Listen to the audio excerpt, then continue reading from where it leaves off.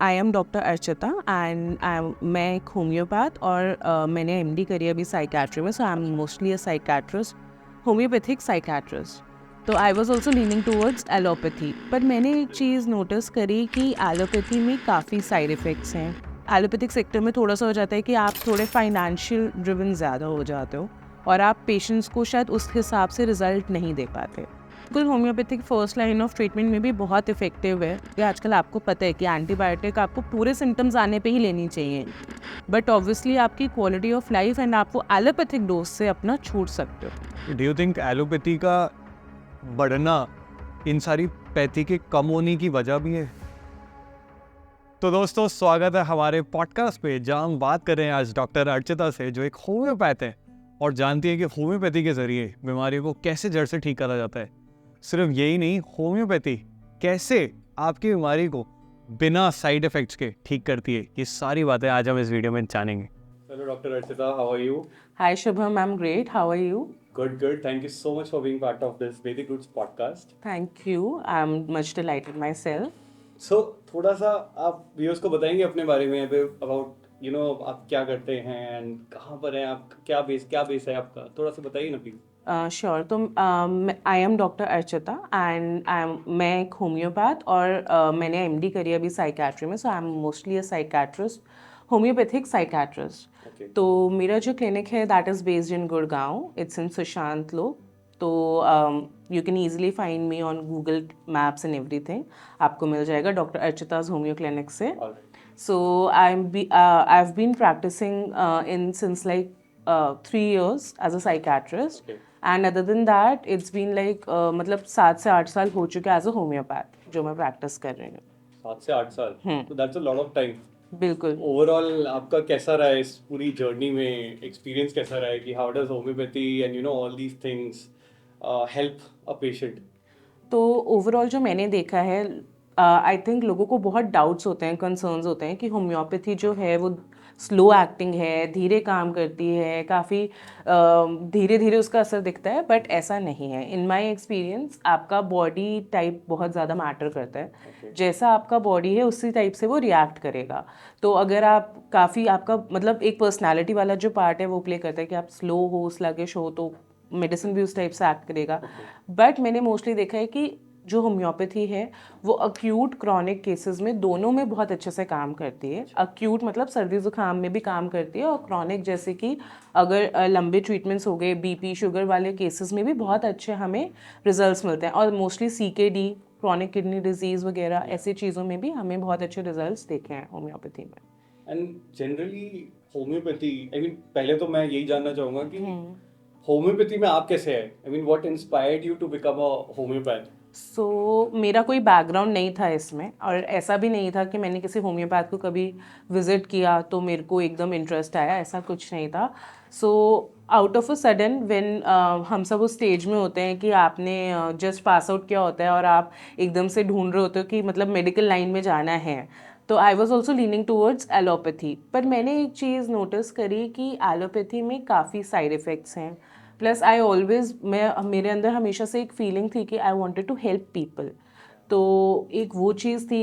Allopathic sector में थोड़ा सा हो जाता है कि आप थोड़े फाइनेंशियल ड्रिवन ज़्यादा हो जाते हो और आप पेशेंट्स को शायद उस हिसाब से रिजल्ट नहीं दे पाते। होम्योपैथी में मैंने जब कंपेयर किया तो आई वॉज़ वेरी फॉर्चुनेट, क्योंकि मेरे घर के पीछे ही there was my homeopathic college. Okay. तो तो आई जस्ट ऑब्जर्व Alright. कि उसमें काफ़ी अच्छा आप केस टेकिंग लेते हो और पेशेंट का टाइम लेते हो, उसको समझते हो और उसके हिसाब से दवाई देते हो, तो वो मुझे काफ़ी अच्छा लगा। And that's what inspired me कि मैंने होम्योपैथी ज्वाइन किया फिर। होम्योपैथी एज अ साइंस आज की डेट में first of all I think viewers would also like to know कि होम्योपैथी है क्या एग्जैक्टली, और होम्योपैथी एलोपैथी और आयुर्वेदा जैसी साइंस, मतलब आयुर्वेदा तो कब से चली आ रही है, अगर एलोपैथी देखो तो वो तो 200 साल से आई है। तो आज की डेट में homeopathy how is it as a science, और एलोपैथी के कंपैरिजन में हाउ इज इट, मतलब आपको क्या लगता है कि होम्योपैथी आज की डेट में उतनी वैल्यूएबल, उतनी चीज उसकी है, या फिर एलोपैथी ही आज की डेट में टेक ओवर कर रही है जैसे?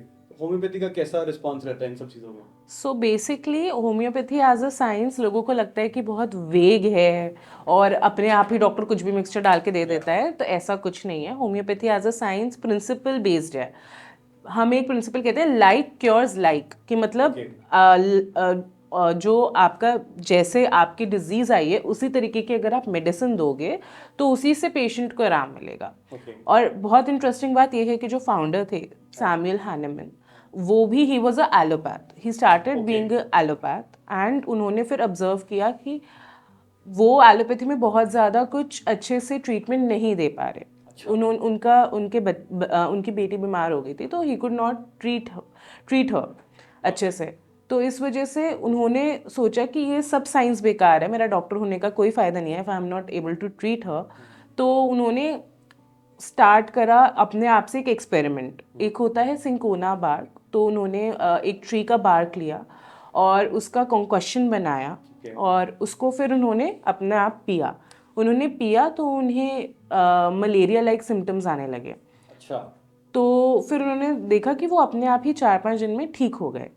तो उन्होंने ये चीज़ देखी कि मतलब अगर हम ऐसे पेशेंट्स में उस चीज़ को देते हैं तो उससे आई थिंक इम्प्रूवमेंट हो जाएगा पेशेंट में।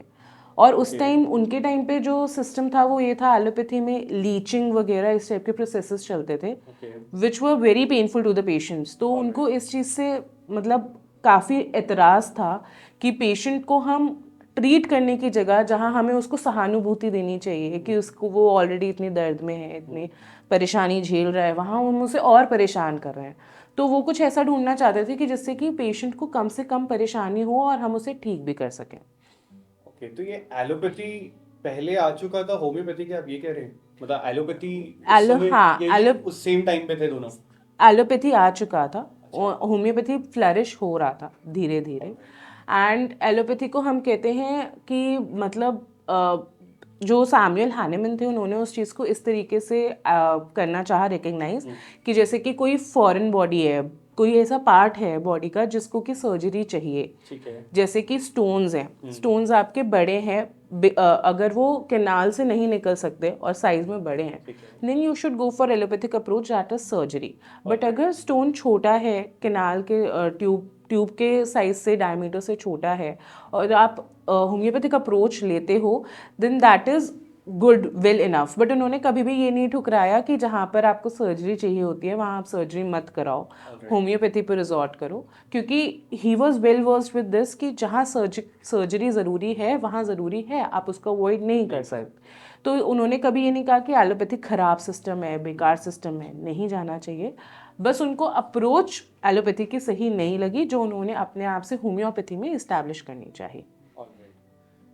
तो एक आपने अभी चीज बोली लाइक मीन्स लाइक, तो मतलब बोल रहे हो कि अगर किसी को मलेरिया है तो उसको मलेरिया टाइप मेडिसिन ही कुछ दो ताकि वो जहर को मारता है एक तरह से। बिल्कुल बिल्कुल बिल्कुल। होम्योपैथी इज अ टिंक्चर जो कि उस डिजीज से मिलता जुलता आपका वो टिंक्चर होगा, कुछ ऐसा बोल सकता हूँ मैं?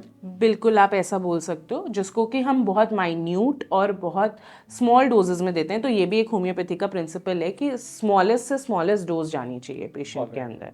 तो हम ऐसा नहीं करते जैसे एलोपैथी में वेट वाइज दिया जाता है किसी चीज़ को, तो उसको बहुत क्रूड फॉर्म में दिया जाता है, हम नहीं देते वो। हम उसको थोड़ा डाइल्यूटेड फॉर्म में देते हैं। डाइल्यूटेड फॉर्म में देते हो तो एंड हाउ डज अगर एक बहुत ही जनरल एक लेमैन की तरह सोचूं तो एक कोई भी आपका चीज़ जो होगी वो किसी पेड़ या हर्ब के उसका ही मॉलिक्यूल होगा। बिल्कुल राइट। तो if I understand it correctly तो एलोपैथी में वही मॉलिक्यूल दिया जाता है। बिल्कुल। होम्योपैथी में क्या दिया जाएगा उस चीज का, उसी चीज का ही वो उसका बहुत छोटा पार्ट, एटम कह सकते हो आप। If you comparing this with allopathy, तो एलोपैथी में अगर आप मॉलिक्यूल दे रहे हो तो हम उसका एटॉमिक वर्जन दे रहे हैं, हम बहुत छोटे से छोटा पार्ट उसका डाइल्यूटेड वर्जन में दे रहे हैं।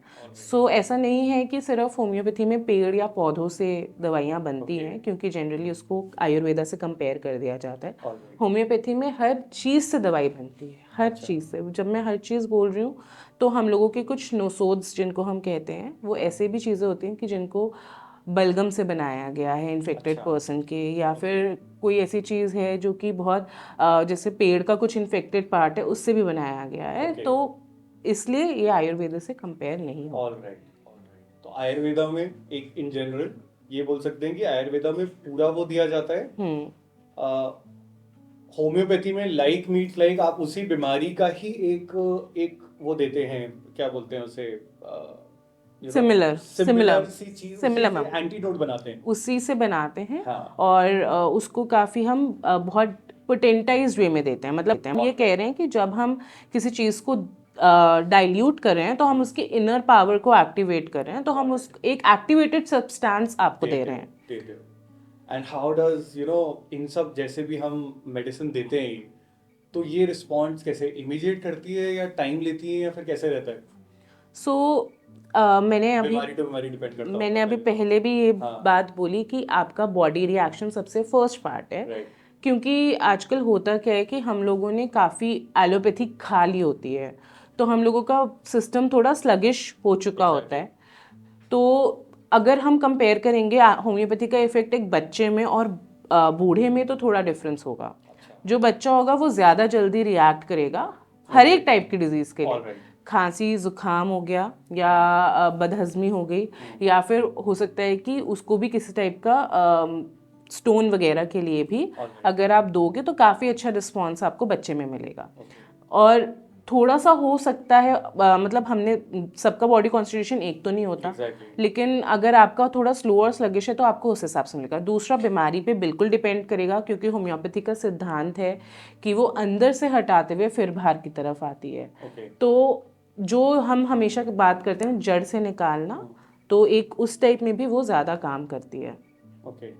तो इसमें भी बॉडी टाइप, मतलब आप जैसे आप बोल रहे हैं तो बॉडी टाइप ऐसा ही होता है जैसे आयुर्वेदा में वात पित्त कफ करके हम एक बॉडी टाइप असेस करते हैं। बिल्कुल आयुर्वेदा में बिल्कुल होम्योपैथी में भी ऐसा होता है। ऑक्सीजनाइड, हाइड्रोजनाइड, ये कॉन्स्टिट्यूशंस हमारे होते हैं और हम उन्हीं के बेसिस पे देते हैं, तो इसमें थोड़ा सा हम आयुर्वेदा से मिलते हैं। आयुर्वेदा से मिलते हैं तो प्रिंसिपल सेम है, आपका टेक्निक अलग है। टेक्निक अलग है। टेक्निक अलग है, बिल्कुल। तो यही डायग्नोसिस के टाइम पे भी हम यही सारी चीजें यूज करते हैं। और हाउ डज इट गो? या फिर डायग्नोसिस हम जनरल लेते हैं या फिर हम बात पित्त कफ करके जैसे बॉडी टाइप पता चल जाता है कि इस बॉडी टाइप के लिए ये चीज चलेगी? तो जब होम्योपैथी को डेवलप किया गया था तो अलग से डायग्नोसिस का कुछ इस टाइप से इम्पोर्टेंस नहीं होता था, क्योंकि होम्योपैथी को समझा गया था सिम्टम्स के थ्रू कि आपके ऊपर जो भी सिम्टम आ रहे हैं उस हिसाब से हम आपकी दवाई निकाल रहे हैं। तो इसी वजह से हमारी केस टेकिंग बहुत लंबी होती है कि आपको क्या क्या क्या क्या कब फील हो रहा है। तो हम एक बीमारी का नाम जनरली नहीं देते थे, बट टुडे क्योंकि आज हम मॉडर्न साइंस की एज में बैठे हैं तो हमें हर चीज़ को लेबल करना पड़ जाता है, ये हमारी ज़रूरत बन जाती है। क्योंकि ऑब्वियसली अगर आप उस चीज़ को जैसे पेशेंट ऑलरेडी परसीव कर चुका है आप नहीं देख पा रहे हो, तो पेशेंट उस टाइप से अपने आप को केपेबल भी नहीं मान पाएगा कि वो होम्योपैथी के लिए केपेबल नहीं है। तो आज की डेट में हम लोग पूरा रिपोर्ट्स वगैरह सब असेस करके प्रॉपर जैसे होम्योपैथिक डायग्नोसिस होता है उस तरीके के से ही हम डायग्नोसिस देते हैं। अच्छा, तो मतलब जैसे वो ब्लड रिपोर्ट्स लेते हैं प्रॉपर वैसे ही आप भी उन्हीं सारी चीजों को असेस करके and then you make your decision कि अच्छा इसको ये ये डिजीज है या फिर ये डायग्नोसिस है। हाँ जी। Okay, and then you give a protocol for them. बिल्कुल। अब जैसे कोई पेशेंट है जिसको कि थायराइड की कोई प्रॉब्लम है, तो मैं उसको ये नहीं कहूँगी कि आपके सिर्फ सिम्टम पे हम दे रहे हैं।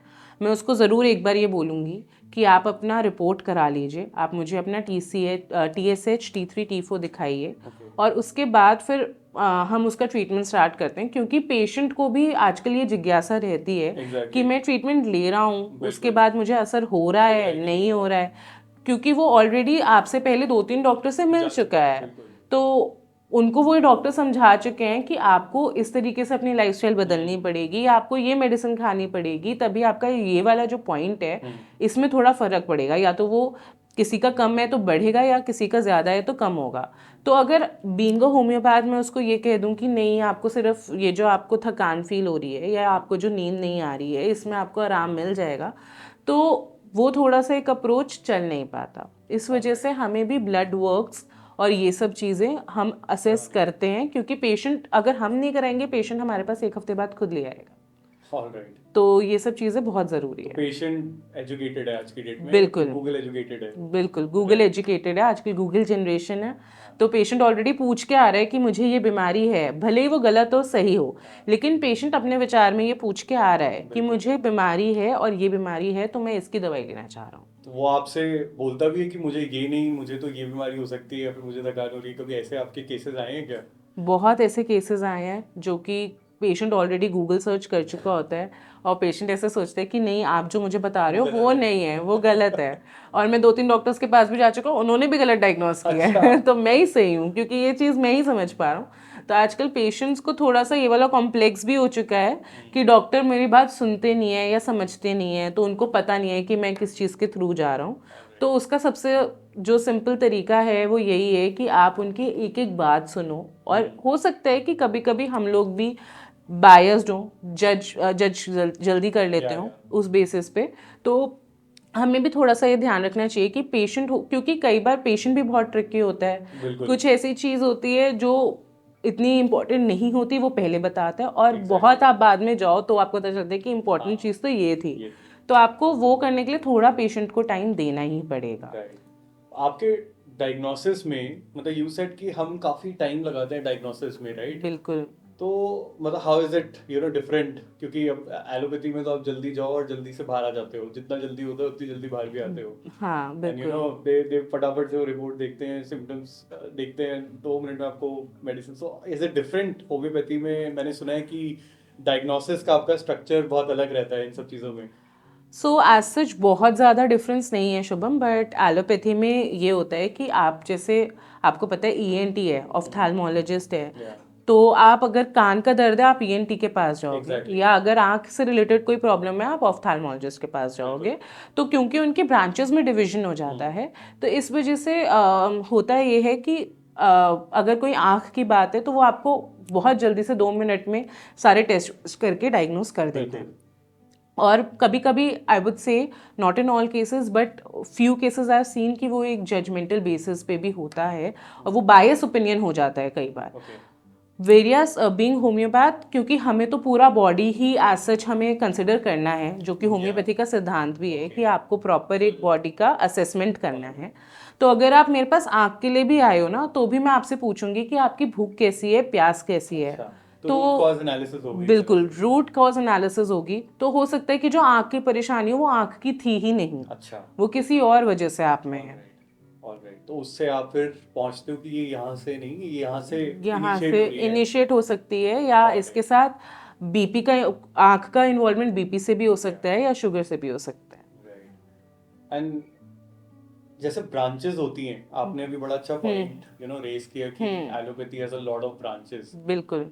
बट एक यही एक वजह भी रहती है जिस वजह से शायद एक जो पेशेंट होता है ना, आपने तो you are a psychiatric specialist in homeopath, but generally मैंने देखा है कि Ayurveda and specially even in homeopathy, वो थोड़ा स्पेशलाइजेशन की वजह से ना दे फील कि अच्छा है, they are a general doctor, जिस वजह से वो कहीं ना कहीं रेजिस्ट करते हैं। तो हाउ इज इट डिफरेंट? मतलब आपके हिसाब से ब्रांचेस होनी चाहिए इन सब चीजों में, या फिर इज इट ओके कि पूरा full body medicine, whole body medicine में जाना चाहिए? सी मेरे हिसाब से तो ऐसा कोई पॉइंट नहीं है, बट द थिंग इज़ कि एलोपैथी में क्योंकि आप हर बॉडी पार्ट को अलग ही कंसिडर करते हो, तो इट इज़ वेरी नेचुरल कि उनकी ब्रांचेस होंगी।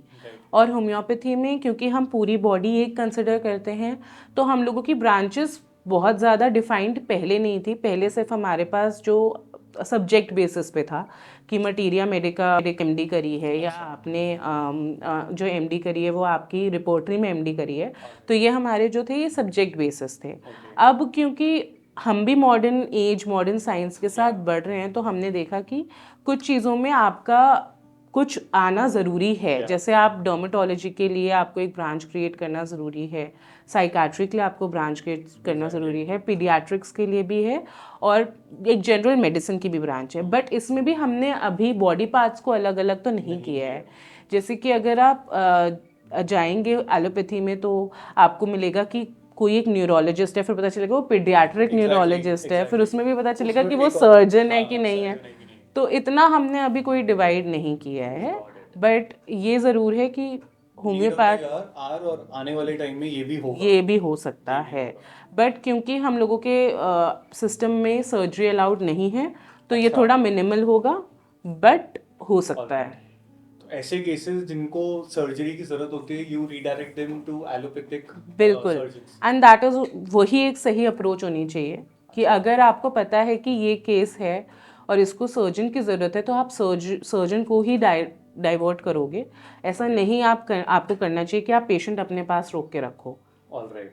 जैसे कि कुछ केस जो लोग करते होंगे, जैसे कि कुछ केसेस होते हैं जिसमें कि इंटेस्टाइन का एक पार्ट होता है जो श्रिंक हो जाता है, इंटेस्टाइनल ससेप्शन हो जाता है, तो आपको उसमें ये नहीं करना चाहिए कि आप होम्योपैथी की वेट करो।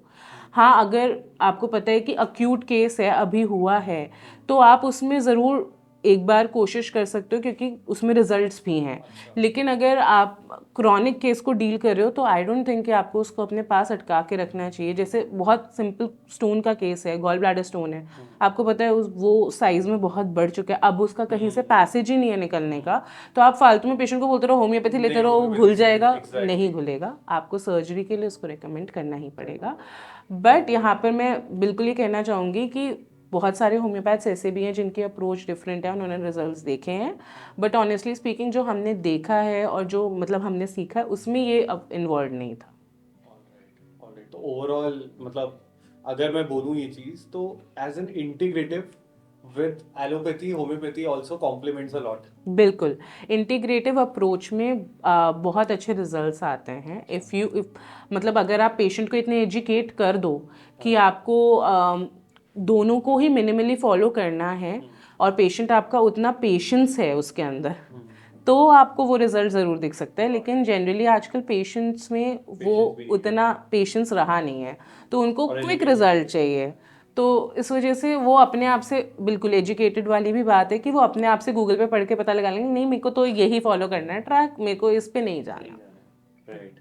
एंड एलोपैथी में जो मेडिसिन होती हैं, do they what should I call it, उसको क्या बोलते हैं, सिनर्जी की तरह काम करती हैं, या फिर वो उसको जो होम्योपैथिक मेडिसिन हैं, या फिर वो ऐसा तो नहीं है दोनों के effect, because they are very मतलब allopathic medicine are very strong medicine, उनके तो साइड इफेक्ट्स भी इसीलिए इतने ज्यादा हो जाते हैं। तो ये चीजें कॉम्प्लीमेंट करती है, या फिर हम उसको और थोड़ा सा रुक कर देते हैं या वेट करते हैं कि नहीं यार अभी थोड़ा सा 3-4-5 दिन बाद उसको देंगे जब उसका कोर्स खत्म हो जाए? How does it work? तो आजकल क्योंकि हम लोग कोई भी एलोपैथी से अनछुआए तो रहे नहीं, हम लोग शुरू से बचपन से हमें वैक्सीन लग जाती है, उसके अलावा सर्दी खांसी जुकाम में हमें या तो अगले दिन जल्दी स्कूल जाना है या अगले दिन जल्दी प्रोजेक्ट करना है, तो हम खा चुके होते हैं एलोपैथिक मेडिसिन। तो इस वजह से ऐसा नहीं है कि हमारे सिस्टम में ही नहीं है, अब हमारे सिस्टम में एलोपैथी इन्वॉल्व है। तो हम ऐसा नहीं कहते कि आप होम्योपैथी और एलोपैथी में कोई इंटरेक्शन होगा, कोई इंटरेक्शन नहीं होता, क्योंकि एक वर्क करिए आपके पार्ट्स पे, जो आपका जिसका डाइजेशन हो रहा है लिवर में, जो वहाँ से प्रॉपर अपना काम करे वो। और होम्योपैथी जो है हम कहते हैं वो नर्व्स पे काम करती है। अच्छा। तो जब वो नर्व्स पे काम करेगी तो दोनों पे इंटरेक्शन नहीं होगा, बट कुछ सर्टेन मेडिसिन होती हैं जिनको हम इन्फॉर्म कर देते हैं कि आप एलोपैथी के साथ ही मत लो, तो वो इंटरेक्ट कर सकती है, क्योंकि वो नहीं इंटरेक्ट नहीं कर सकती, उनका एक्शन खत्म हो सकता है, All क्योंकि right. वो बहुत डेलिकेट डोजेज होती हैं। ऑलराइट। इसमें जैसे एलोपैथी में एंटीऑक्सीडेंट प्रोऑक्सीडेंट रहता है, राइट? तो इसमें भी यही सेम चीजें, यही कॉन्सेप्ट रहते हैं कि we are giving medicine as an antioxidant, या कुछ वो सारी चीजें रहती हैं? तो बेसिकली एंटीऑक्सीडेंट और प्रोऑक्सीडेंट वाली जो बात है वो सप्लीमेंट बेसिस पे है, Right. ठीक है? तो supplement does not come under any pathy, ना वो होम्योपैथी में आता है ना एलोपैथी में आता है। अगर मुझे लगता है आपके अंदर कैल्शियम की कमी है और आपका फूड सोर्स भी इतना स्ट्रांग नहीं है तो आपको कैल्शियम सप्लीमेंट्स लेने चाहिए। तो वो मैंने कोई होम्योपैथिक अप्रोच नहीं दी या एलोपैथिक अप्रोच नहीं दी, वो बॉडी की कमी है, न्यूट्रिशन की कमी है, तो वो चाहिए। Got it. That is amazing. Overall, how do we think about homeopathy as a first line of treatment for जो हमारी acute diseases है, and then we'll come to chronic diseases. पहले acute की बात करते हैं, तो आपको क्या लगता है कि as a first line of treatment, जैसे कोई patient आया आपके पास सबसे पहले आता है, तो आपको क्या लगता है कि उसका response सीधा आपसे कैसे कितनी जल्दी आता है, या फिर क्या रहता है? Because एलोपैथी में तो again it comes very quickly, or it causes side effects, but it comes quickly also, results 5 दिन 6 दिन 10 दिन। तो इसमें कैसे रहता है for diseases like, अगर मैं बोलूँ कॉमन कोल्ड वगैरह ही कह लो, सिर्फ एलर्जीज कह लो, उसमें homeopathy first line of treatment में कैसे इफेक्टिव है?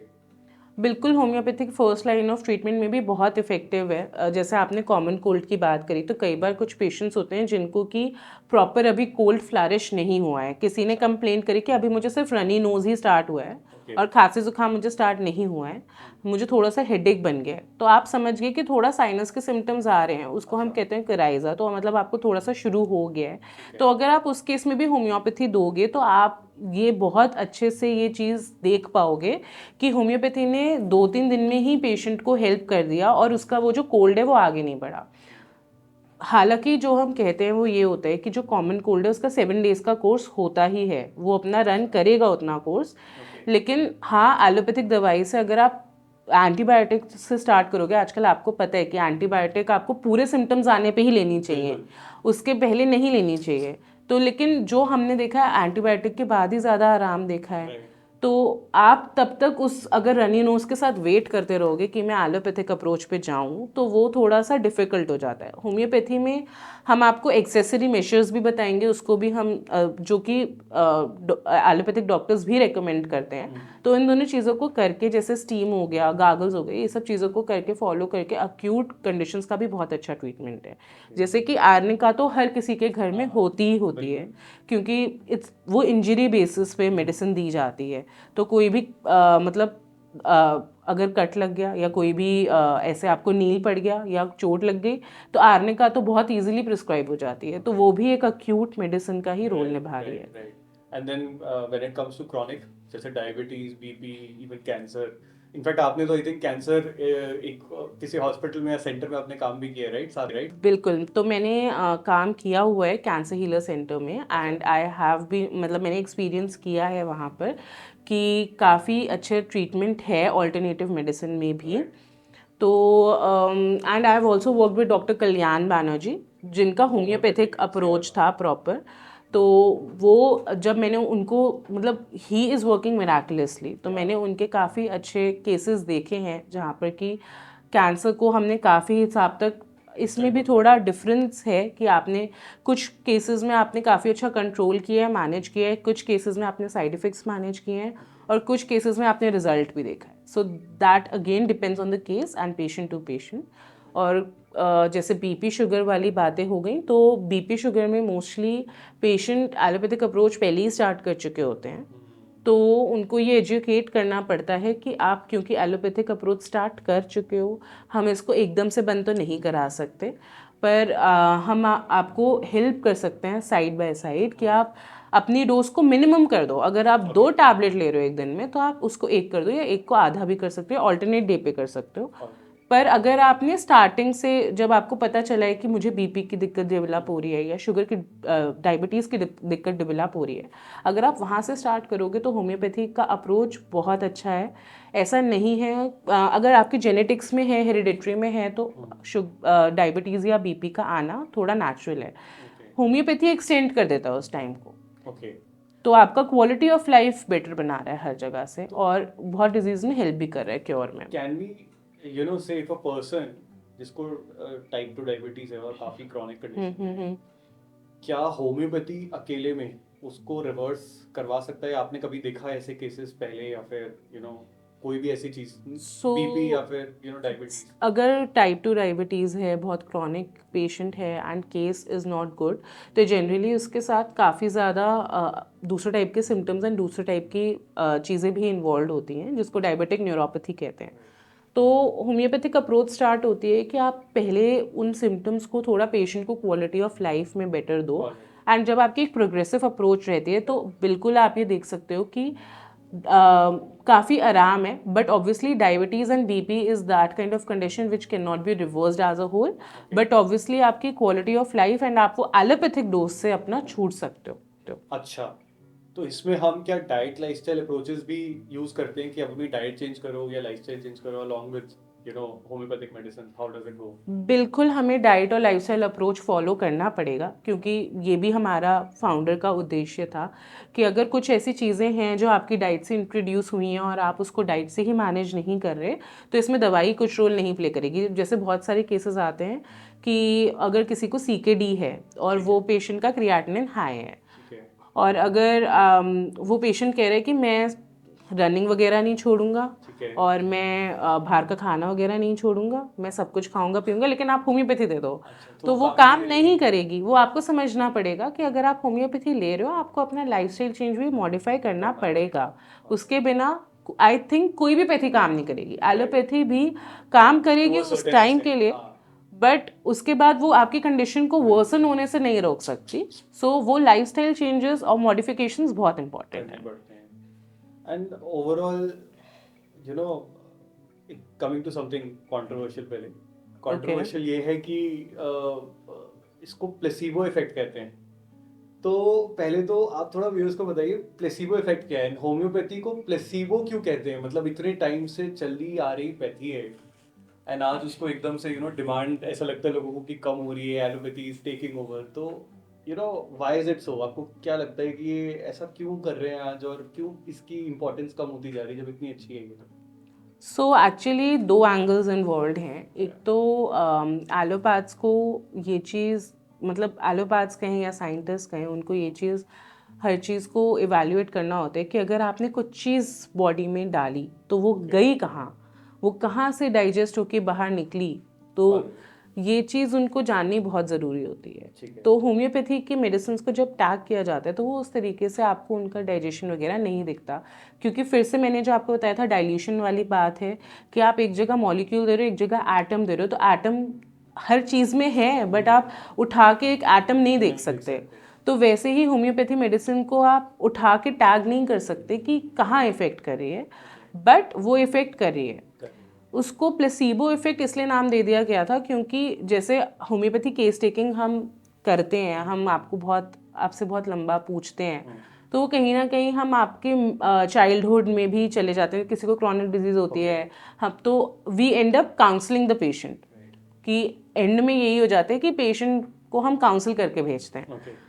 और according to allopaths and according to all other pharmacist, ये पता ही नहीं चल रही कि शरीर में कहाँ जा रही है। डाइल्यूशन का भी आप बहुत छोटा पार्ट दे रहे हो, आप डाइल्यूट भी कर रहे हो, आपने सब्सटेंस को पूरे अच्छे से डाइल्यूट कर दिया, उसका भी आप बहुत मिनिमल पार्ट स्टोर कर रहे हो, और उस मिनिमल पार्ट को भी आप जो गोलियों में दे रहे हो वो सिर्फ उसका कहीं ना कहीं बिल्कुल बहुत ही छोटा अंश है, 1/1000th अंश आप उसका दे रहे हो। तो उस चीज़ की वजह से इसको बनाया गया था कि ये तो ना सिर्फ आपके प्लेसिबो, मतलब कि ये सिर्फ आपके दिमाग में है कि असर कर रही है, या एक्चुअली में कुछ असर करती नहीं है। तो इस चीज़ को इस तरीके से इसीलिए पॉपुलराइज किया था। दूसरा एंगल फार्मासिस्ट का ये भी था कि होम्योपैथी का हमेशा से ये सिद्धांत रहा है कि वो थोड़ा लोगों के लिए ज़्यादा अप्रोचेबल हो, उनके लिए ईजी हो। तो हम लोगों की मेडिसिन इतनी एक्सपेंसिव होती नहीं थी, तो उनको लगता था कि हमारा कुछ घाटा हो जाएगा। अच्छा। तो उस चीज़ को इस तरीके से पॉपुलराइज नहीं कर पाएंगे, तो इस वजह से इसको टर्म कर दिया गया प्लेसिबो। तो इसमें दो एंगल्स इन्वॉल्व हो गए। तो इस वजह से जहाँ ये स्टार्ट हुई थी वहीं से ये बंद हो गई। जर्मनी में ही स्टार्ट हुई थी और वहाँ पर ही इसको इतना प्लेसिबो का इम्पैक्ट दिया गया कि ये बंद हो गई। लेकिन इंडिया में इसीलिए अभी भी चल रही है क्योंकि इंडिया में ही इसका पॉपुलराइजेशन ज़्यादा हुआ था। हमारे टाइम के राजा महाराजा ने इसको बहुत यूज़ किया था, और उन्होंने उसके क्योंकि इंडिया में तो हमेशा से ही नेचुरल चीज़ों का चलन ज़्यादा रहा है, और हम लोग ज़्यादा योगा और आयुर्वेद में ज़्यादा विश्वास करते हैं। हम लोग एलोपैथी में इतनी इजीली जाते नहीं हैं। तो वही एक अप्रोच की जैसे होम्योपैथी आज भी इंडिया में जिंदा है। लेकिन अब टाइम के साथ allopathy, do you think allopathy का बढ़ना इन सारी पैथी के कम होने की वजह भी है, या फिर कह सकते हैं कि एलोपैथी आजकल बहुत तेजी से बढ़ रही है, फार्मास्यूटिकल्स बढ़ रहे हैं, कंपनियां आ रही, नई नई कंपनीज आ रही हैं, मेडिसिन तेजी से नई नई डेवलप हो रहे हैं, ड्रग्स हो रहे हैं, कोविड में इतनी सारी हुई हैं। तो क्या उन सब की वजह से, एंड एवरीथिंग इज, जैसे उनका एक पूरा जर्नल है पबमेड, तो ये सारी चीज़ें अभी हम जहाँ तक है कहीं होम्योपैथी में अभी भी शायद मिसिंग है। या फिर या है जर्नल्स हैं, मतलब पहले तो जर्नल्स है जहाँ पर ये सब देखी जा सकती हैं। दूसरा, क्या एलोपैथी का rise is it because of that कि होम्योपैथी और ये दूसरी पैथीज आज गिर रही हैं, कह सकते हैं कुछ? एक्चुअली मैं इसको ये नहीं बोलूँगी कि एलोपैथी का राइज है। हम लोग एक साइंटिफिक एज में रह रहे हैं जहाँ पर साइंस बहुत तरक्की कर रही है और जहाँ पर रोज़ हमें नई नई हर चीज़ का सल्यूशन मिल रहा है। अब तो हम एआई एज में आ गए जहाँ पर कि आगे सब कुछ रोबोटिकली ही Exactly. हैंडल होने वाला है। तो उस तरीके से हम लोग ने साइंस में इतनी तरक्की करी, तो जो भी चीज़ें मतलब कुछ नया सब्सटेंस आता है वो इंक्लूड हो जाता है हमारे ट्रीटमेंट में। दूसरा, दो चीज़ें हैं, एक तो होम्योपैथी के जर्नल्स भी हैं और होम्योपैथी में साइंटिफिक पार्ट भी है, दोनों चीज़ें हैं। होम्योपैथी में भी ऐसा नहीं है कि आगे रिसर्च बंद हो गई है, होम्योपैथी में अभी भी रिसर्च चल रही है, बहुत अच्छे लेवल पे चल रही है। CCRH एक ऑर्गेनाइजेशन है जो बिल्कुल इस रिसर्च को आगे बढ़ा रहे हैं और हर चीज़ में हमारा भी उस तरीके का, कोविड में हमने काफ़ी अच्छे रिजल्ट्स देखे, आपने जैसे मेंशन किया। तो कोविड में एलोपैथी में लोगों ने बीच में इतना, क्योंकि काफ़ी ज़्यादा प्रॉब्लम हो गई थी बेड्स की, और बीच में पॉपुलराइज हुई थी ड्रग, जो कि लोगों ने इसको होम्योपैथी के थ्रू पॉपुलराइज किया था कि ये ऑक्सीजन आपका कंटेंट बढ़ाती है। तो बिल्कुल होम्योपैथी में भी प्रोग्रेसिवली रिसर्च चलती रहती है, बट वो एक जो साइंटिफिक फेद है कम्युनिटी में वो कम है okay, comparatively. Scientific as in doctors का फेथ, डॉक्टर्स का कह सकते हैं, डॉक्टर्स का, इंडिविजुअल्स का, या जो अच्छा, जो उस आपको रिसर्च पे। उस रिसर्च पे थोड़ा हमारी तरफ फेद अभी कम है, तो इस वजह से हम लोग इतना शायद हो सकता है फ्लरिश नहीं हो पा रहे, but we are constantly on our toes to find the best treatment for our patients, And this is equally effective. equally मतलब, effective. got it, got it. And you know, you mentioned about patient care. आप उनको पूरा condition करके भेजते हैं. बिल्कुल So coming to that, you have your MD in psychiatry. बिल्कुल। तो साइकियाट्री में specifically we talk about questions कि यार साइकियाट्री में ये सब होम्योपैथी कैसे हेल्प करती है, क्रॉनिक स्किज़ोफ्रेनिया, इवन अल्जाइमर्स, तो कैसे इन सब चीजों में आपने क्या देखा है? हाउ डू यू थिंक कि psychiatry as a branch in homeopathy is effective? So basically सबसे पहले तो मेरा इंटरेस्ट इसीलिए साइकाट्री में जागा था क्योंकि हम होम्योपैथी में जब एट लेंथ चले जाते हैं किसी पेशेंट के साथ, तो हम उसका पूरा लाइफ हिस्ट्री डिस्कस कर डालते हैं। अब जैसे कोई बच्चा है, बच्चे को परेशानी है, तो हम बच्चे से सिम्टम तो नहीं ले सकते क्योंकि वो बोल नहीं पाएगा इतना, तो हमें मदर से सिम्टम लेने पड़ते हैं। तो हम कई बार मदर्स से ये भी पूछते हैं कि प्रेगनेंसी के टाइम पे क्या क्या रहा, ताकि हमें पता चल पाए कि बच्चे की क्या साइकोलॉजी हो सकती है। तो that's why psychiatry as a branch बहुत नेचुरली होम्योपैथिक में आती है। तो जब हम साइकाट्री परस्यू करते हैं एज अ ब्रांच, तो ऑब्वियसली ये सब जो चीज़ें हैं, स्किज़ोफ्रेनिया और डिप्रेशन डिसऑर्डर, ये बड़े कॉमनली हम पढ़ते हैं और इसका आजकल बहुत कॉमन चलन भी हो चुका है कहीं क्योंकि हम इस स्ट्रेस एज में इतना रह रहे हैं, स्पेशली जो जेनजी है वो इस चीज़ को बहुत ज़्यादा फेस कर रहा है। तो जब हम इस चीज़ का अप्रोच शुरू करते हैं, हम मतलब मैंने जो नॉर्मली देखा है कि एलोपैथी की अप्रोच जो है वो आपके मेडिसिन दो टाइप की होती है, या तो वो पेशेंट को बहुत डल कर देती है, एक साइड कर देती है। बट होम्योपैथी में क्योंकि मैंने फिर से वही आपको मिनिमल डोज दी है और आपको सूट करती हुई डोज दी है, सिमिलर डोज दी है, तो वो आपको ना तो एकदम से एक्साइट करेगी ना आपको एकदम डल करेगी। ये ज़रूर हो सकता है कि उसका असर थोड़ा सा आपको बाद में दिखे, बट वो एकदम आपको प्रॉपर बीच में रखने की कोशिश करती है।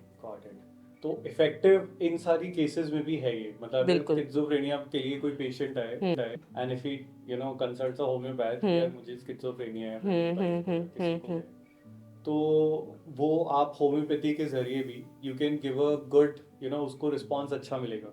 बिल्कुल रिस्पांस अच्छा मिलेगा क्योंकि स्किज़ोफ्रेनिया में देयर आर टू फेजेस, एक होता है मीनियाक फेज और एक होता है डिप्रेसिव फेज। तो कई बार ये जो फेजेस हैं they can prolong up to 6 months। अच्छा। तो ऐसे में ना सिर्फ पेशेंट के लिए बट उसके आसपास के फैमिली मेम्बर्स के लिए, वो लोग जो उसे जानते हैं उनके लिए भी काफ़ी खतरनाक हो सकता है। तो उन केसेस में होम्योपैथी में बहुत अच्छा वर्क हमने देखा है, and I currently have a lot of patients who I have diagnosed under this label as schizophrenia. अच्छा। तो उनमें मैंने रिजल्ट काफ़ी अच्छे देखे हैं होम्योपैथी के। मैं ऐसा नहीं कहूँगी कि आपका ग्राफ हमेशा ऐसे जाएगा कि एकदम से बीमारी यहाँ थी तो नीचे ही जाएगा। आपके कुछ डेज होंगे which will be equally bad and which will be equally good, लेकिन आपको अपना वो अगर आप वो फेद रखोगे तो आपको असर ज़रूर दिखेगा। ओके, तो इसमें मतलब आप जो काउंसलिंग करते हो तो या मेंटल हेल्थ जो जैसे पूरा एक वो बोलते हैं ना थेरेपी होती है, सो ये एक थेरेपी के साथ मेडिसिन काम करती होंगी, right? If I am not wrong, मतलब बिल्कुल एक बिल्कुल। काउंसलर के साथ पूरा। काउंसलिंग के साथ ही मेडिसिन की अप्रोच है मेरी। बट जनरली कुछ डिजीजेस मैंने देखी हैं जिनमें कि I will take time in introducing medicine. मैं आपको पहले काउंसलिंग के थ्रू ही अप्रोच करूँगी। इफ़ आई फील कि अब आप उस लेवल पे हैं जब मैं मेडिसिन इंट्रोड्यूस कर सकती हूँ और जब आपके अंदर असर आ सकते हैं, तब मैं उस चीज़ को अप्रोच करूँगी। तो बेसिकली ये मुझे पेशेंट को देख के इवैल्यूएट होगा कि किस तरीके से पेशेंट में इंट्रोड्यूस किया जा सकता है। एंड ऐसे पेशेंट्स आते होंगे जो फेड अप होके एलोपैथी से, you know, they completely fed up किया कि स्किज़ोफ्रेनिया तो यहाँ पर ठीक नहीं हुआ बल्कि और ख़राब हो गया, सिचुएशंस ख़राब हो गई, then they came to allopathy और होम्योपैथी। ऐसे में रिस्पॉन्स क्या मतलब बाद में आना शुरू हो जाता है? तो बेसिकली जिस बिल्कुल आपने बहुत अच्छा पॉइंट उठाया शुभम, जो ऐसे केसेस होते हैं वो हमने कैंसर में ज़्यादा देखे हैं। अच्छा। तो कैंसर पेशेंट्स जो होते हैं, और जनरली हर कंडीशन में आजकल मैं कहूँगी कि एलोपैथी पहले लेकर जब वो सिचुएशन ख़राब हो जाती है और उसको मैनेज नहीं कर पाते हैं, तब होम्योपैथी में आया जाता है कि या तो इसके साइड इफ़ेक्ट्स कम कर दो या फिर हमें थोड़ा सा हेल्प कर दो कि हम अब एलोपैथी से आशा सारी छोड़ चुके हैं, तो हमें होम्योपैथी थोड़ा सा हमें रिलीफ करे। तो ऐसे में ये समझना ज़्यादा ज़रूरी है कि क्योंकि आप ऑलरेडी अपना एक केस थोड़ा सा आगे तक ले जा चुके हो, टर्मिनल स्टेज तक ले जा चुके हो, तो होम्योपैथी भी कोई जादू की छड़ी नहीं है। वो भी अपना काम करेगी बट वो समय लेगी। तो ऑलरेडी आपको डैमेज इतना हो हो चुका है, तो आपको उतना पेशेंस रखना पड़ेगा। अगर आप ये सोच, बहुत अप्रोच ऐसी होती है, पेशेंट सोचता है कि मैंने अब सब छोड़ के होम्योपैथी ले लिया लेकिन होम्योपैथी ने भी असर नहीं किया। तो उनको ये समझना ज़रूरी है कि आप उस डैमेज को ऑलरेडी इनवाइट कर चुके हो, तो होम्योपैथी रातों रात वो डैमेज तो नहीं रिपेयर करेगी, बट हाँ क्वालिटी ऑफ लाइफ आपकी ज़रूर बेटर करके देगी आपको। तो आपको उसके लिए पेशेंट ज़रूर रहना पड़ेगा। तो होम्योपैथी को मतलब एक तरह से बदनाम हो गई है बिल्कुल अनफॉर्चुनेटली। अनफॉर्चुनेटली बदनाम हो गई है, और अब कहीं ना कहीं उसको बहुत ज़्यादा फेमस भी किया जा रहा है, क्योंकि अब एक्चुअली लोगों को ये अप्रोच समझ में आई है कि एलोपैथी बहुत ज़्यादा लेने का कोई फ़ायदा नहीं है, एलोपैथी में नुकसान भी इन्वॉल्व है। तो अब पेशेंट ये सोचता है कि होम्योपैथी तो नुकसान तो नहीं करेगी, एटलीस्ट कुछ फ़ायदा नहीं करेगी तो नुकसान तो नहीं करेगी, तो ये अप्रोच तो बन गई है। बट ऑब्वियसली अगर आप ये सोच रहे हो कि नुकसान नहीं करेगी, तो इसमें सबसे बड़ा पॉइंट ये है कि अगर आप अपना फेथ छोड़ दोगे, ट्रीटमेंट आगे नहीं लोगे, ट्रीटमेंट डॉक्टर के कहे अनुसार नहीं लोगे, छोड़ छोड़ के लोगे, तो वो भी आपका नुकसान ही है, फ़ायदा नहीं है। Got it. आई मीन अगर पहली, इन अदर वर्ड्स, अगर हम पहली लाइन ऑफ ट्रीटमेंट ले लें होम्योपैथी को, बिल्कुल तो एक बारी को हम रिस्पॉन्स को असेस भी कर सकते हैं, जो हम एलोपैथी के बाद शायद उसको असेस भी नहीं कर पाएंगे क्योंकि तब तक डैमेज बहुत हो जाता है, बहुत हो जाता है। होम्योपैथी टाइम लेगी।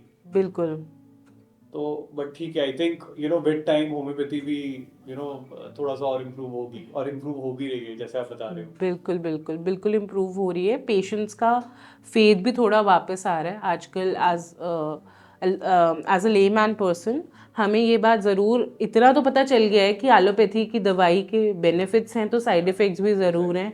तो बहुत लॉन्ग टर्म लेना उसे बहुत ठीक नहीं है। जैसे कि आजकल लोगों को पेन किलर्स के बारे में बहुत अवेयरनेस हो गई है कि अगर हम पेन किलर्स ले रहे हैं बहुत टाइम तक, तो it is going to affect our liver and kidney equally. तो बिल्कुल ऐसे कंडीशंस में जब वो ऑल्टरनेटिव ट्रीटमेंट ढूंढने की कोशिश करते हैं, तो होम्योपैथी एज एन ऑप्शन बहुत अच्छा उनको अपील ज़रूर करता है। And coming to anti depressants, I mean psychiatry आप जैसे देखते हैं तो एंटी डिप्रेसेंट्स तो तुरंत आपको यू नो मूड बूस्ट कर देती है केमिकल चेंज बिल्कुल करके। बिल्कुल बिल्कुल होम्योपैथी में आई थिंक ऐसा तो पॉसिबल नहीं होगा, इट विल टेक टाइम। ऐसी मेडिसिन एग्जिस्ट नहीं करती होंगी, right? ऐसा कुछ नहीं है। आजकल जो मतलब मेरी एक होम्योपैथिक अप्रोच है कि I also provide the patients with in SOS medicine. तो अब SOS अगर हम कहेंगे एक्यूट कंडीशन में काम नहीं करनी तो ऐसा नहीं है। SOS मेडिसिन काम करती है। जैसे कोई पेशेंट है उसको नींद नहीं आ रही है तो मैं उसको SOS दूंगी कि आप वैसे तो आप रेगुलर में ये ले रहे हैं पर जिस दिन आपको बहुत ही प्रॉब्लम हो रही है नींद में आप ज़रूर ये वाली मेडिसिन ट्राई कीजिए और बेनिफिट आता है। किसी को माइग्रेन है, उसका माइग्रेन के एपिसोड के लिए मैंने उसको ट्रीट करने के लिए होम्योपैथी तो दी है कि आगे उसको माइग्रेन के एपिसोड्स कम हो जाएं या बंद हो जाएं, लेकिन बीच में अगर उसको माइग्रेन का एपिसोड आ गया तो मैं ये नहीं कहूँगी कि नहीं आप उस डिस्कम्फर्ट को सहते रहो, मैं उसको SOS दूंगी कि आप उस माइग्रेन को दो। तो ऐसी एंटी डिप्रेसेंट्स के साथ भी है। अगर मैं किसी को एकदम से सिवियर हो गया, सिवियर हो उसको गया कंट्रोल करने के लिए हम ये मेडिसिन दे सकते हैं, दे सकते हैं, बिल्कुल दे ताकि वो एकदम कंट्रोल ऐसा ना हो कि वो बिल्कुल ही हाथ से चला हाथ से निकल जाए बात। तो ओवरऑल अगर मैं साइकेट्रिक कंडीशंस में बोलूँ, आपकी कंसल्टेशंस में आपने क्या रिस्पांस देखा अभी तक? I mean is it really good? कैसा रहता है? So basically, there are two types of responses which I have seen. I'll not say कि I've seen bad responses, क्योंकि किसी पैथी में भी ये कहना ठीक नहीं है कि bad response. There is not a bad response. There is always a bad patient. Okay, क्योंकि उस पेशेंट ने या तो फॉलो नहीं किया या फिर उसने उस अप्रोच को छोड़ दिया या अपने तरीके से उसको घुमाने की कोशिश करी है। बट होम्योपैथी में या तो इंटरमीडिएट रिस्पॉन्स देखा है या गुड रिस्पॉन्स देखा है। अब वो इंटरमीडिएट भी आपकी एक तो बॉडी रिस्पॉन्स की वजह से कम रह गया है, या आपने छोड़ दी है, आपके अंदर फेथ कम हो गया था, या आपने सोचा खाली दवाई काम कर जाएगी, डॉक्टर साहब से बात करने की जरूरत नहीं है। गुड रिस्पॉन्स तब आता है जब आप डॉक्टर की एडवाइस पेशेंटली फॉलो करते हो, मेडिसिन फॉलो और टाइम टू टाइम अपना काउंसलिंग अप्रोच साइकेट्रिक कंडीशंस में लेते रहते हो, तो तब आपको वो गुड रिस्पॉन्स ज़रूर नज़र आता है। एंड इसमें क्या मतलब वही फॉलो वैसे ही होता है कोर्स की तरह मेडिसिन जो आप देते हैं? बिल्कुल, it is going to follow as a course. And जो फिजिशियन, जैसे अगर मैं भी हूँ तो जो भी मैं आपको एडवाइस करूँगी कि आपको दिन में इतनी बार लेना है और इस तरीके से लेना है, वही आपको फॉलो करना है। एंड टाइम टू टाइम वो रीएवैल्यूएट करके मेडिकेशंस चेंज भी होती हैं। तो आप ये नहीं सोच सकते कि अगर मेरे को ये मेडिसिन मिल गई है अब मैं 1 महीने तक 2 महीने तक अपने आप ही खींचता रहूँगा, तो वो भी गलत अप्रोच है। आपको बिल्कुल टाइम टू टाइम अपनी कंसल्टेशन के लिए जाना होता है और आपको इसको फॉलो अप के लिए जाना होता है कि मेरे कंडीशन में ये रिवीजन आया है, तो आप इस चीज़ को उस तरीके से असेस करो, तो मेडिसिन भी उस हिसाब से रिवाइज होती रहती है। एंड इसमें भी रेजिस्टेंस होती है, as an do certain medicine get resisted in the body? जैसे एलोपैथी को आप अगर लेते हो तो उसकी डोज बढ़ा देते हैं सो दैट वो रेजिस्ट ना करे, वो क्योंकि कर चुकी है पहले रेजिस्टेंस। तो होम्योपैथी में भी ऐसी चीजें एग्जिस्ट करती हैं? होम्योपैथी में मैं प्रॉपर रेजिस्टेंस का नाम नहीं दूंगी, बट क्योंकि एक मेडिसिन अपना काम एग्जॉस्ट कर चुकी है बॉडी पे, तो हो सकता है कि आपको एक दूसरे मेडिसिन की ज़रूरत हो, आपको इक्वली इतना गुड रिस्पॉन्स नहीं आएगा। Got it, got it. तो अमेजिंग। आई मीन तो ये तो मतलब homeopathy as a science also is very interesting. बिल्कुल। देखो अगर फर्स्ट लाइन ऑफ ट्रीटमेंट में जाओ तो इवन फॉर क्रॉनिक कंडीशन जैसा आप बता रहे हो कि वो काफी हेल्पफुल है। एंड इसमें कंसल्टेशंस एंड ये सारी चीजें जो रहती हैं वो आपको कितनी फ्रीक्वेंटली लेनी पड़ती हैं? तो कैसे रहता फिर है? से case to case Case to case depend करेगा बहुत ज़्यादा। कुछ ऐसे कंडीशंस होंगे जो कि हम इवैल्यूएट करते हैं कि उनको हम 2 हफ्ते 3 हफ्ते में भी हम फॉलोअप ले सकते हैं, but there are certain conditions जिनमें कि आपको हफ्ते की हफ्ते अपना फॉलोअप रखना पड़ेगा। तो फिर से आपका केस डिपेंड करेगा, मेडिसिन डिपेंड करेगी और बॉडी टाइप डिपेंड करेगी। ओवरऑल अगर मैं समराइज करूं तो यू टेक उसी तरीके से आप डायग्नोसिस करते हो जैसे एक एलोपैथ करता है। बिल्कुल। उसके बाद अपना प्रोटोकॉल आप देते हो एंड बिल्कुल। उस प्रोटोकॉल के बाद अगर वो मेडिसिन सही से काम नहीं करी तो आप उसके लिए मेडिसिन को चेंज कर देते हो। बिल्कुल। रिस्पॉन्स साइकेट्रिक कंडीशंस में intermediate to good response is there. Very और नाइस। थोड़े टाइम बाद अगर चेंज करने की जरूरत पड़ती है you change your medicine and that is how and a complete treatment protocol is given. Yes, that is actually true. तो ओवरऑल आई थिंक होम्योपैथी बनना आज की डेट में, व्हाट डू यू थिंक, आज की डेट में जो नए जो लोग आ रहे हैं and they are opting for homeopathy, what advice would you like to give them? So firstly I would say कि इम्पेशेंट उनको भी नहीं होना जो खुद होम्योपैथ बन रहे हैं, क्योंकि होम्योपैथी का सबसे पहला मोटिव ही पेशेंस है। मोटो आई वुड से कि पेशेंस है, तो इसलिए उनको इम्पेशेंट भी नहीं होना और पेशेंट्स को बहुत इजीली आराम की बेनिफिट की तरफ लेके जाना है। ऐसा नहीं है कि आप उनको एडवाइस करो और आप जैसे मैंने आपको बताया कि वो केसेस हैं, सर्जिकल केसेस भी आप अपने हाथ में ले लो, तो बहुत अच्छे से पेशेंट को अपने बहुत पेशेंस से हैंडल करना पड़ेगा, क्योंकि आजकल किसी के अंदर पेशेंस नहीं है। तो आप खुद ही पेशेंट बन जाओ। तो आपके अंदर खुद वो इतना धैर्य होना चाहिए कि आप सामने वाले को संभालो। इसमें आपको मतलब आपको एज अ साइंस ये सर्जरी वगैरह अभी इंडिया में वो कल्चर नहीं है कि होम्योपैथ्स वगैरह सीखते हैं, या फिर we have an option not to go for surgery? ये फाउंडर ने हमारे बनाया ही नहीं था। सर्जिकल ऑप्शन कभी हम लोगों के लिए will never be an option. They will never be an option, I would से, सर्जरी का। बट अगर आप इसको अब एक इंटीग्रेटिव साइंस की तरह देखें, तो अगर आप चाहें तो इसके अंदर वो ऑप्शन इंक्लूड कर सकते हो, क्योंकि वी आर वेल इक्विप्ड। हम पूरा ह्यूमन बॉडी उस तरीके से स्टडी करते हैं, हम अपना प्रॉपर इंटर्नशिप हर चीज़ में करते हैं, हम इमरजेंसी मेडिसिन में भी करते हैं, और हम गायनी में भी करते हैं, हम सर्जरी में भी करते हैं। तो हम वेल इक्विप्ड हैं, we know everything, we have learned everything. तो अगर आप हमें आगे आज सर्जन्स भी बनाना चाहो तो हम वेल इक्विप्ड हैं वो चीज़ करने के लिए भी। तो वो मतलब एनाटॉमी वाइज आपको पूरी नॉलेज है, जो पूरी knowledge है। एलोपैथी को है। बिल्कुल लेकिन वो वो तो टाइम के साथ चीजें जैसे जैसे अब डेवलप होगी। बिल्कुल बिल्कुल। But overall I mean homeopath बनना I think is still very feasible आज के टाइम में भी। सेम मतलब आज के टाइम में जैसे इतना शेमिंग हो चुकी है इसको, तो वो मुझे लगता है आज के टाइम में भी लोग इसको कंसिडर करें एज अ थेरेपी, तो उनके लिए भी बिल्कुल। बहुत बेनिफिशियल है। और तो डॉक्टर को बनना एक मतलब हाँ, एक जो स्टडी कर रहा है उनके लिए भी बेनिफिशियल है। तो मतलब इन सब बातों से डिस्करेज नहीं होना चाहिए कि शेमिंग है या कुछ है, क्योंकि होम्योपैथी का जो अपना असर है, आप जब होम्योपैथी दोगे एक पेशेंट को, आपका जो भी पहला पेशेंट होगा और आपको असर दिख जाएगा, उस दिन जो आपको खुशी होगी वो आप कंपेयर नहीं कर सकते। तो होम्योपैथी काम करती है, इन सब शेमिंग वगैरह से डिस्करेज नहीं होना चाहिए, अपनी पैथी पे अपने हाथ पे विश्वास ज़रूर रखना चाहिए। Amazing, amazing. That is fantastic, Dr. Archita. Right. So, I mean, overall, I think जो भी viewers हैं उनको काफी अच्छा लगा होगा, understanding about how, because ये आज के डेट में भी ना people want to know about this, but कहीं ना कहीं उनको पता नहीं होता कि होम्योपैथी कितनी हेल्पफुल है। उनको लगता है कि अच्छा जस्ट कुछ मेडिसिन दे रहे हैं जो हमें पता नहीं है, बिल्कुल। और हम उसके बारे में पढ़ भी नहीं सकते बिकॉज कोई जर्नल नहीं है। तो आपने शायद आज काफी सारे डाउट्स ऐसे ना क्लियर कर दिए हैं, जो कि शायद अगर लोग जानना चाहेंगे तो वो इस पॉडकास्ट के जरिए पूरा सुन पाएंगे, समझ बिल्कुल बिल्कुल। और मुझे सब विजिट भी कर सकते हैं मेरे क्लिनिक में। सो इट्स इन सुशांत लोक, गुड़गांव, फेज़ 1। एंड आप इसको ढूंढ सकते हो गूगल मैप्स पे, डॉक्टर अर्चिता होम्यो क्लिनिक के नाम से। अमेजिंग। एंड अब तो आप यू आर पार्ट ऑफ वैदिक रूट्स एज वेल, तो आप वहां पे बिल्कुल कंसल्टेशन बिल्कुल, वहाँ पर भी वैदिक रूट्स पे I am available for online consultations, तो आप मुझे वहाँ भी कांटेक्ट कर सकते हो। This brings me to one last question, which is कि अगर कोई मेडिसिन्स उनको आप प्रिस्क्राइब करते हैं तो how do you give it, how do you provide those medicines? For example if a person is taking consultation from Kerala, ठीक है, वो आप कैसे आप उनको दे सकते हैं? So in that case obviously courier होती हैं मेडिसिन्स। अगर मुझे लगेगा कि आपकी कंडीशन थोड़ी अक्यूट है और मुझे आपको मतलब मेरी मेडिसिन तब तक पहुंच नहीं पाएगी 2-3 दिन में, और 2-3 आपको अभी इमीडिएट मेडिसिन की ज़रूरत है, तो I will let you know any alternative.